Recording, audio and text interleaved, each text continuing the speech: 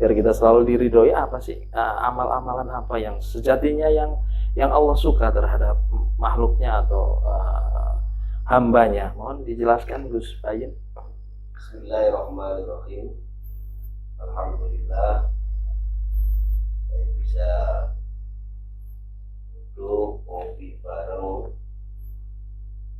Sebenarnya dari dulu saya pengen sekali seperti ini, cuma waktu yang belum tepat, bukan karena saya banyak job, memang kelihatannya seperti itu mereka corona, jadi saya agak sibuk sekali. Saya sempatkan ke sini, alhamdulillah bisa sampai sini dengan tadi.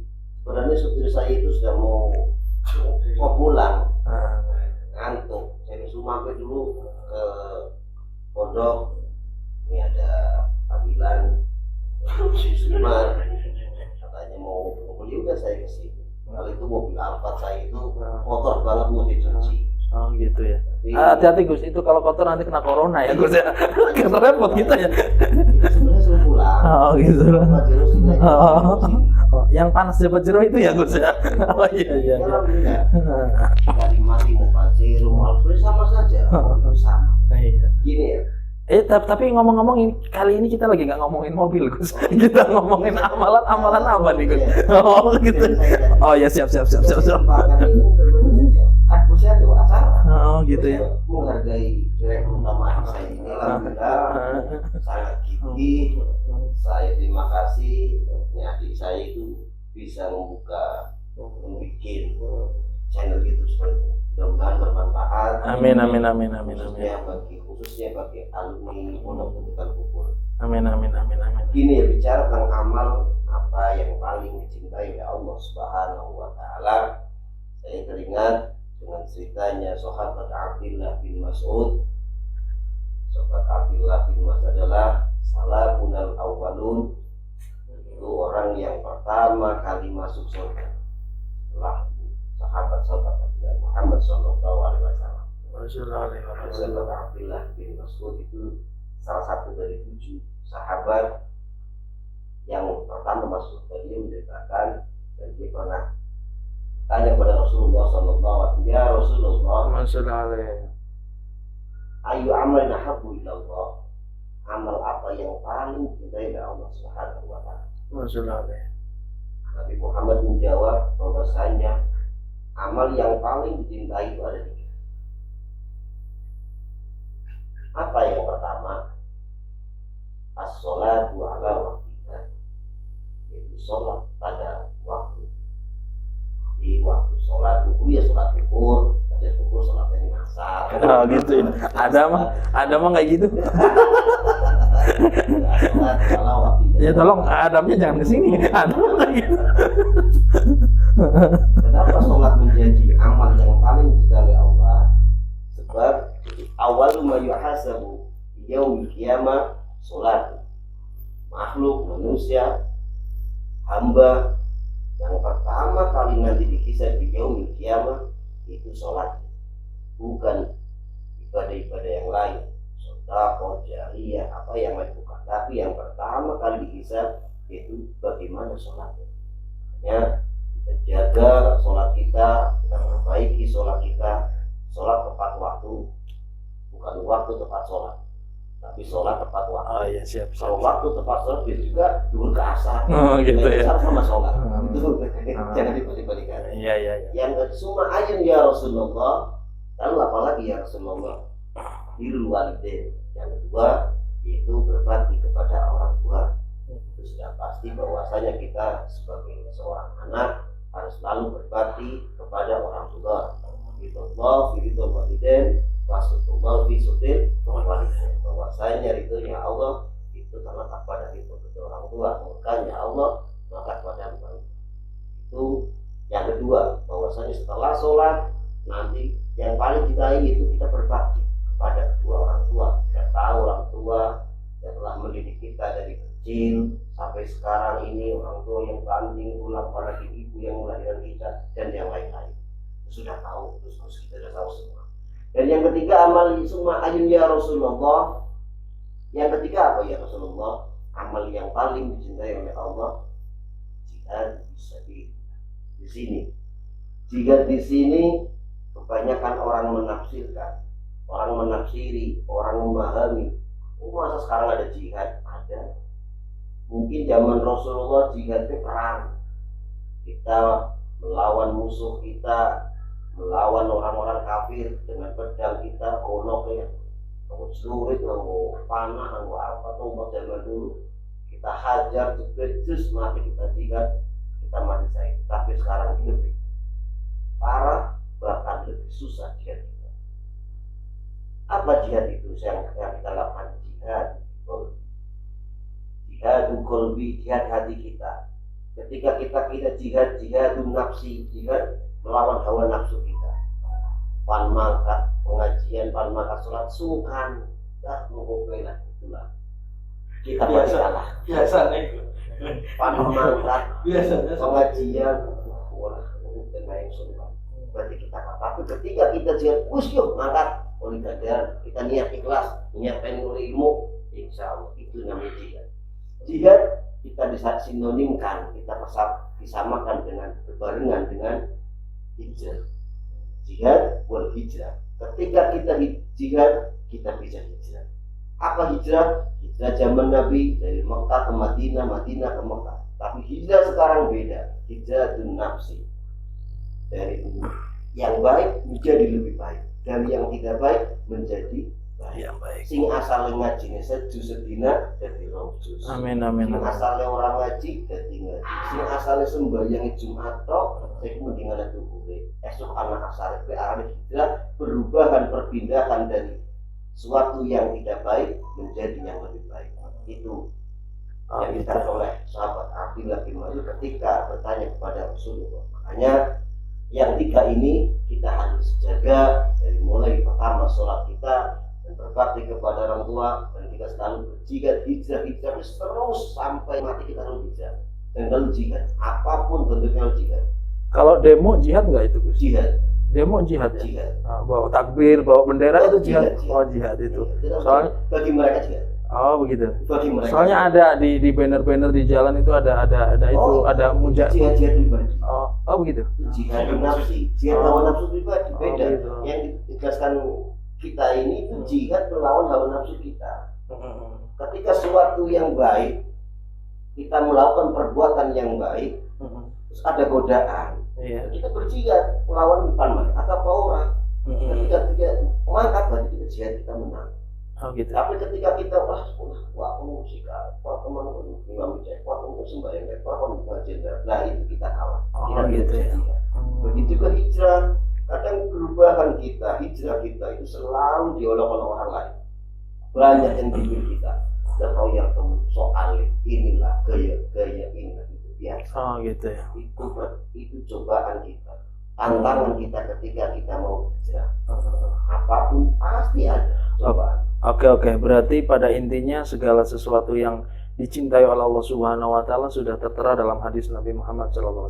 Begini Gus, kami kan generasi milenial ya, anak muda. Kalau melihat orang-orang yang hampir mati ya mungkin mereka akan lebih ini ya, maksudnya lebih giat ibadahnya dari teman-teman kita. Gimana sih kiat-kiat agar bisa kita ini generasi muda bisa agar menjalankan itu dengan semangat dan istiqomah Gus. Mohon saran. Kalau kita tahu memang semua sudah dinas dan berdasarkan dari malaikat berdasarkan si A matinya sekian, umur sekian sudah mati. Si B umurnya sampai umur. Tapi kita nggak tahu ya, nggak dibocorin nggak? Oh kira. Kalau dibocorin kan siapa tahu ya? Oh iya. Kita selalu harus hijrah. Kalau kita tahu umur kita nanti 40 kita mati, dari sekarang kita ibadah iya. Gitu. Makanya kebanyakan orang sinomik. Gitu. Karena tahunya bahwa orang yang mendekati ajal itu orang yang sudah tua, itu salah kaprah. Kalau tahu pun harus seperti itu, banyak seperti itu. Makanya kita harus dari sekarang nih, apalagi ini milenial yang muda-muda yang masih kadang masih fresh, kita tingkatkan ibadah kita kepada Allah Subhanahu wa Ta'ala. Ibadah banyak, tapi yang pertama sholat itu kewajiban. Mumpung masih giatkan berbuat baik kepada orang lain. Ibadah kita tingkatkan,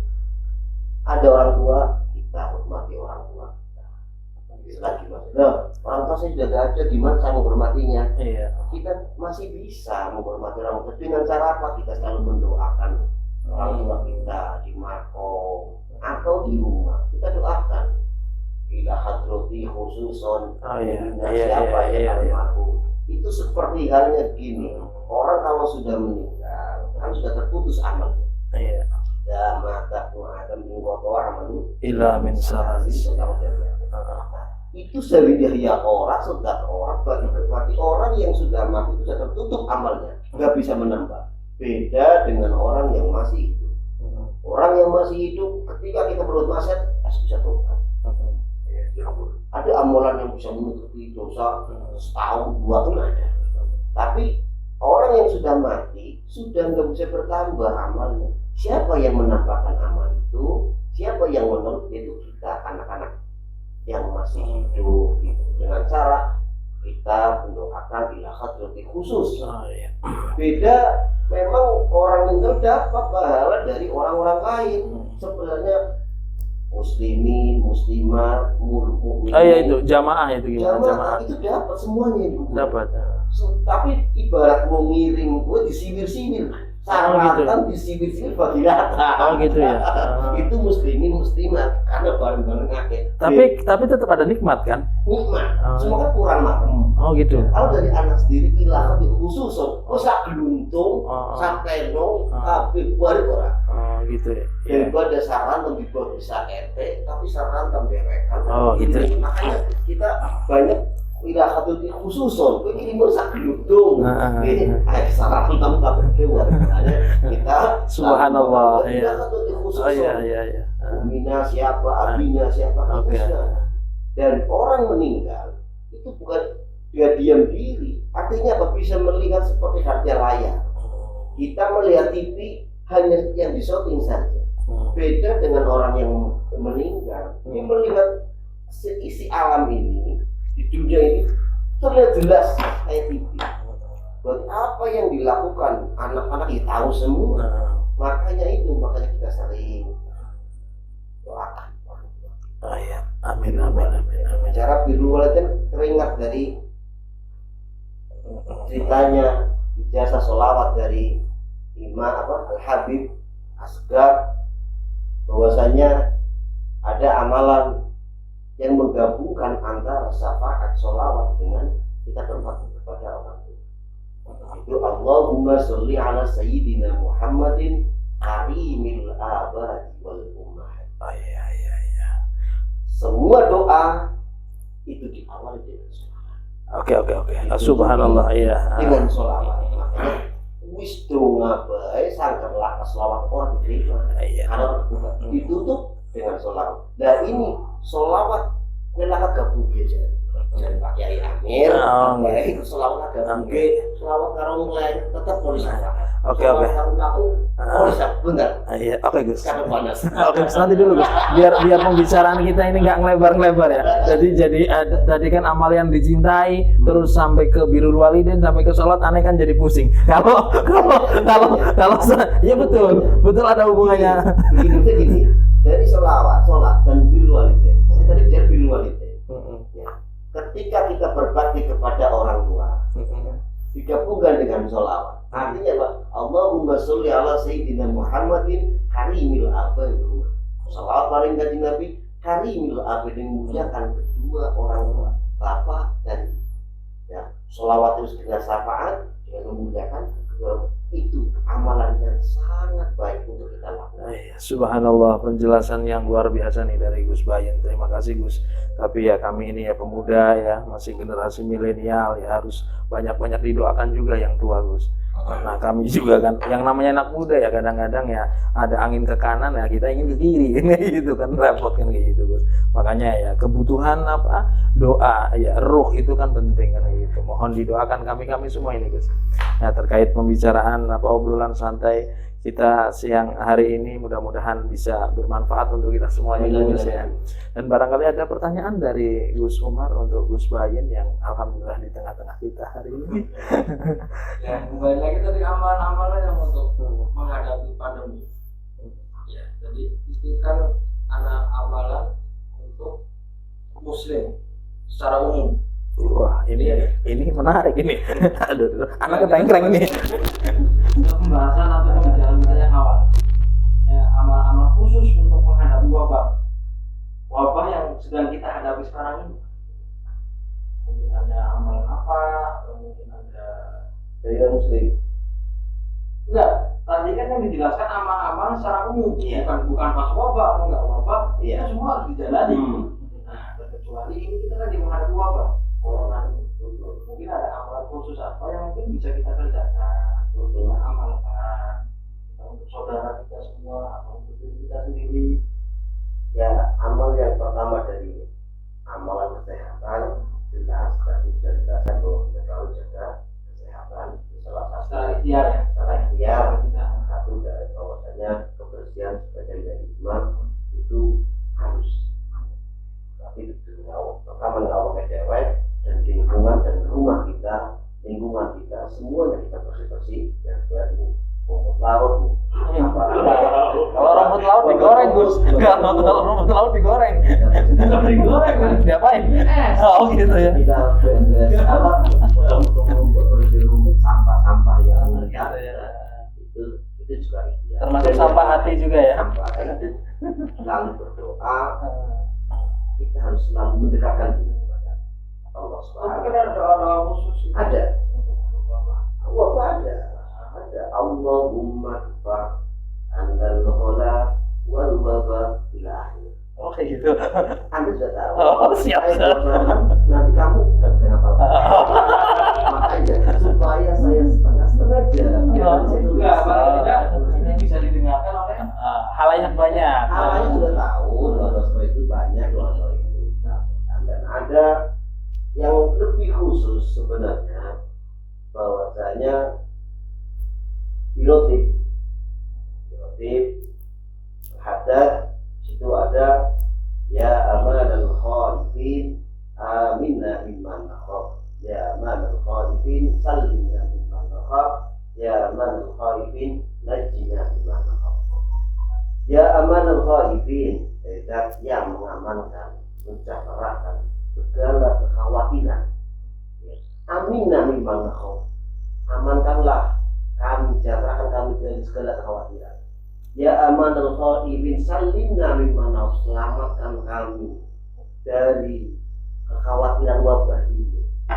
Najjina mimman nakhaf. Nah, terakhirnya najjina, kita menangkan. Amin. Kita meraih kemenangan. Amin. Kita bisa jauhkan dari segala kekhawatiran. Itu di batas setiap sholat kita, setiap batas sholat. Ya aman khaifin amin. Semua kepada Allah, zat yang mengamankan segala kekhawatiran kita. Semua yang mengamankan segala apa yang menyelamatkan kekhawatiran kita. Segala apa yang dikhawatirkan baik wabah atau yang lain itu kepadanya. Itu amalan yang kita lakukan, bacaan yang kita baca setiap pada sholat. Doa insya Allah Allah akan mengabulkan, Allah akan menghilangkan kekhawatiran kita, was-was kita tentang wabah. Amin ya rabbal alamin. Ya alima sirri minna la tahdihi sitra'ana wa'afina wa'afu'ana wa'kulana haitu. Itu sudah ada semua di buku roti itu. atau mungkin lebih baiknya baca roti satu gelundung ya. Itu lebih bagus. Cuma untuk wirid ba'da maktubah, ba'da sholat fardu itu cukup. Antara ya alimas sama ya amal. Subhanallah, penjelasan yang begitu luar biasa. Sekali lagi kami ucapkan jazakumullah ahsanal jaza guru. Alhamdulillah pada siang hari ini bisa ngobrol santai bersama kita. Mungkin Pertanyaan terakhir. Oh gitu ada. Corona ini pandangannya kira-kira ini berhentinya seperti apa? Atau mungkin nggak ada berhenti atau mungkin kita Sebenarnya hidup dengan wabah ini? itu semua pasti akan ada berakhir. Semua akan berakhir pasti. Tapi kembali kepada diri kita sendiri, kita masing-masing. Kita bisa menjaga kebersihan. Jaga nggak kita tidak dengan apa? Kayak dengan masker. Itu sebenarnya ikhtiar. Bicara tentang penyakit, tentang cobaan, musibah, itu apa maning masker, tutup rapat, gelap, bener wayai. Tapi ini kan memang, tapi kayak tapi tetap kita selalu masker. Kenapa harus pakai masker? Bukan karena hak orang lain, nafas orang lain, tapi dari polusi. Sebenarnya nggak ada virus corona pun kita harus pakai masker. Polusi itu ada. Sebab virus itu masuk dalam hidung dan mulut kita. Bahwa ada virus yang mematikan dan menular, ada virus untuk diri sendiri. Contoh kita mungkin hidung kita kalau tidak pakai masker banyak apa virusnya dalam hidung. Termasuk upil virus ya Gus itu. Upil itu virus yang asin, ya enggak? Oh iya, terima kasih. Oke Gus. Saya sangat senang. Oh iya Gus, terima kasih ya. Mudah-mudahan saya Oh, iya, terima kasih. Ya, kita bisa ngobrol lagi tentang hal apa lagi. Oh iya. Terima kasih para Gus yang sudah bisa hadir ya di tengah-tengah kita. Demikian dulu para pemirsa, sahabat channel YouTube Al-Ummi Official. Jangan lupa subscribe ya. Dan barangkali ada kritik dan saran silahkan kalian kirim di komen bawah ini. Dari saya ada walaupunikum. Assalamualaikum warahmatullahi wabarakatuh. Waalaikumsalam warahmatullahi wabarakatuh. Itu kami.